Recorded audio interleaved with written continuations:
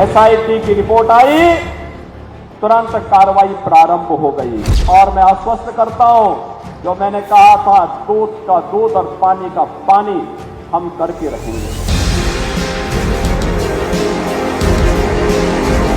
राम मंदिर चंदा चोरी मामले में बड़ा घटनाक्रम सामने आया है। राम जन्मभूमि ट्रस्ट के 2 सदस्यों चंपत राय और अनिल मिश्रा ने इस्तीफा दे दिया है। एसआईटी की शुरुआती जांच रिपोर्ट के बाद ये बड़ा फैसला लिया गया।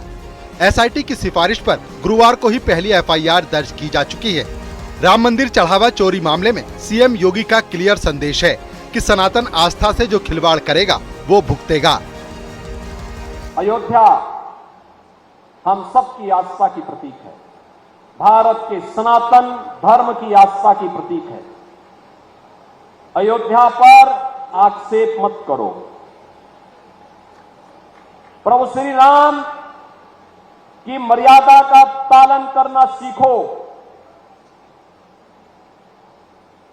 और अयोध्या के बारे में जो कतिपय समाचार मिल रहे थे, हमने कहा था एसआईटी गठित की गई है। एसआईटी की रिपोर्ट आने के साथ ही हमारी कार्रवाई भी प्रारंभ हो जाएगी। और आपने देखा होगा, एसआईटी की रिपोर्ट आई, तुरंत कार्रवाई प्रारंभ हो गई। और मैं आश्वस्त करता हूं, जो मैंने कहा था, दूध का दूध और पानी का पानी हम करके रहेंगे। जन आस्था के साथ खिलवाड़ स्वीकार्य नहीं। सनातन आस्था के साथ जो भी खिलवाड़ करेगा उसका भुक्तभोगी होगा। इस मामले में 8 प्रमुख आरोपियों के अलावा कई अज्ञात लोगों के खिलाफ एफआईआर दर्ज की गई है। ये एफआईआर श्री राम जन्मभूमि तीर्थ क्षेत्र ट्रस्ट ने दर्ज कराई है। जिन लोगों के नाम प्राथमिकी में दर्ज है, उनमें से ज्यादातर ट्रस्ट से जुड़े लोगों के रिश्तेदार हैं। सभी आरोपी दान में आने वाले चढ़ावे और नगद राशि की गिनती में किसी न किसी भूमिका में थे।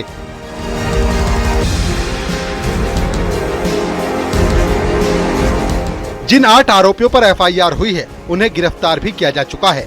इसमें रमाशंकर यादव उर्फ टिन्नू यादव को चंपत राय का करीबी माना जाता है। उसका गणना प्रक्रिया की देखरेख और मंदिर की हर व्यवस्था में हस्तक्षेप था। गणना कक्ष और दान पात्रों की चाबी इसी के पास ही रहती थी। चढ़ावा चोरी में ये अहम किरदार है। इसके अलावा अनुकल्प मिश्रा, अविनाश शुक्ला, मनीष यादव, रमाशंकर मिश्रा, सुभाष, करुणेश और लवकुश मिश्रा अलग अलग जिम्मेदारी निभाते थे, जिनमें अनुकल्प मिश्रा और लवकुश मिश्रा नोटों की गिनती का काम करते थे।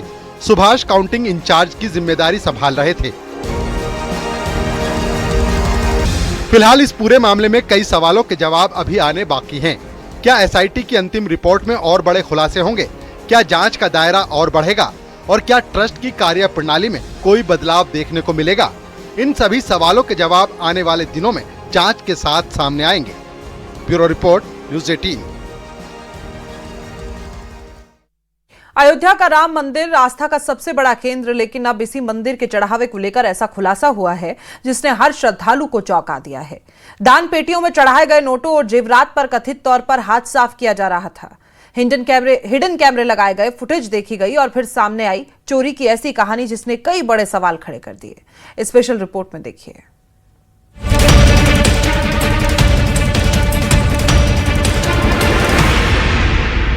रामलला के दरबार में हर दिन लाखों श्रद्धालु अपनी श्रद्धा के साथ दान चढ़ाते हैं। कोई नोट डालता है, कोई सोना चांदी, तो कोई अपनी मेहनत की कमाई का हिस्सा भगवान को अर्पित करता है। लेकिन मई महीने के आखिर में जब मंदिर ट्रस्ट ने बैंक में जमा हो रही रकम का ब्यौरा खंगाला, तो कुछ आंकड़े मेल नहीं खाए। यहीं से पहली बार चोरी का शक पैदा हुआ। दरअसल दान पेटी से सामान्य तौर पर एक बार में 6 से 7 लाख रुपए तक निकलते थे, लेकिन लगातार कुछ सप्ताह तक 500 रुपए के नोटों की गड्डियों में कमी दिखाई देने लगी। रकम का यह अंतर छोटा नहीं था और बार बार सामने आ रहा था। जब अधिकारियों को लगा कि मामला सामान्य गिनती की गलती का नहीं है, तब नोट गिनने वाले कमरे की निगरानी बढ़ाने का फैसला लिया गया और पूरे मामले की सीक्रेट तरीके से जांच शुरू हुई। शक गहराने के बाद नोट गिनने वाले कमरे में हिडन कैमरे लगवाए गए। करीब 1 सप्ताह की रिकॉर्डिंग देखने के बाद अधिकारियों को कथित चोरी का तरीका समझ आया। फुटेज में दिखाई दिया कि नोट गिनने की प्रक्रिया में शामिल कुछ कर्मचारी सामने लगे सीसीटीवी कैमरों के ठीक सामने खड़े हो जाते थे। इससे कैमरे में काउंटिंग से जुड़ी तस्वीरें रिकॉर्ड नहीं हो पाती थी। इसी दौरान दूसरा साथी तैयार की जा रही नोटों की गड्डियों से कुछ नोट निकालकर अपने कपड़ों में छपा लेता था। सामने लगे कैमरों में ये सब साफ नहीं दिखता था, लेकिन हिडन कैमरों ने पूरी घटना रिकॉर्ड कर ली। जांचकर्ताओं के अनुसार यही फुटेज बाद में पूरे मामले का सबसे अहम सबूत बनी। बहन और भाइयों, ये स्वीकार्य नहीं। सरकार की जो मंशा है, सरकार ने पहले दिन कहा कि दूध का दूध और पानी का पानी सबके सामने आएगा। जांच में चोरी का दूसरा तरीका भी सामने आया। जानकारी के मुताबिक नोट गिनने वाले कर्मचारी गड्डियों में अतिरिक्त नोट जोड़ देते थे। जब बैंक की तरफ से रकम दर्ज होती तो पूरी गड्डी के आधार पर वाउचर बन जाता।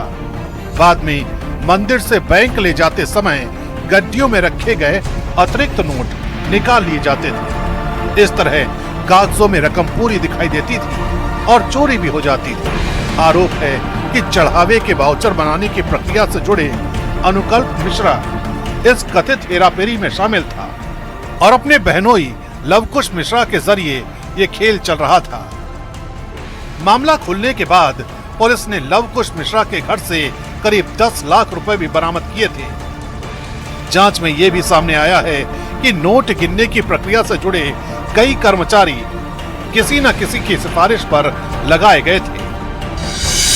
बताया जाता है कि व्यवस्थापक रामशंकर यादव उर्फ टिन्नू यादव ने अपने चचेरे भाई मनीष यादव को इस काम में लगवाया था, जबकि अनुकल्प मिश्रा ने अपने बहनोई लवकुश मिश्रा को यहाँ काम दिलवाया था। सबसे बड़ी लापरवाही ये हो रही थी कि ड्यूटी खत्म होने के बाद कर्मचारियों की तलाशी नहीं ली जाती थी। आरोप है कि इसी का फायदा उठाकर नोटों के साथ साथ दान पेटियों में आए जेवरात भी चोरी किए जाते थे। बाली, झुमकी, नथ, बाल रूप रामलला के कंगन और पैजनिया जैसे आभूषणों तक पर हाथ साफ किया गया। जांच आगे बढ़ी तो कुछ और अहम जानकारियां सामने आई।